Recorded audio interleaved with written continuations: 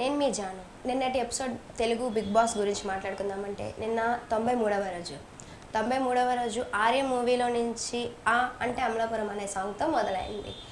ఇంకా ఇది మొదలైన తర్వాత మన contestants Nikhil, Prerana and Nabeel వచ్చి అవినాష్ని పూల్లోకి తోసేశారు.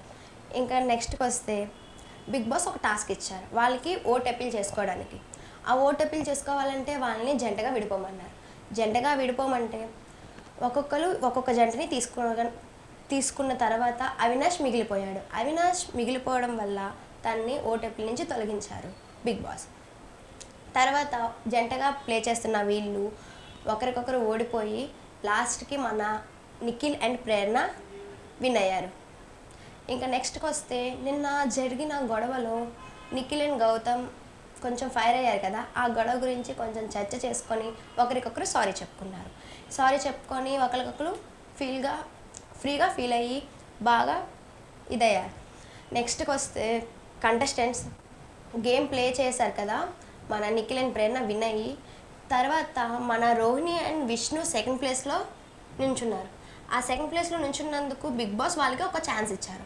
అది ఏంటంటే ఇద్దరిలో ఒకలే నెక్స్ట్ టాస్క్కి వాళ్ళు రావచ్చు అని చెప్పారు. అలా చెప్పగా విష్ణు గేమ్లోంచి తప్పుకుంది, మన రోహిణి నెక్స్ట్ గేమ్కి ఓకే అనింది. ఇంకా నెక్స్ట్ గేమ్ ఏంటంటే టక్ టకా టక్ అనే గేమ్తోని వీళ్ళలో ముగ్గురు ప్లే చేశారు. ఎవరు? మన నిఖిల్, రోహిణి అండ్ ప్రేరణ. వీళ్ళు ముగ్గురు ఆడుతున్నప్పుడు మన ప్రేరణ విన్ అయింది. ప్రేరణ విన్ అయ్యి ఓటేపీల్ విన్ చేసుకుంది.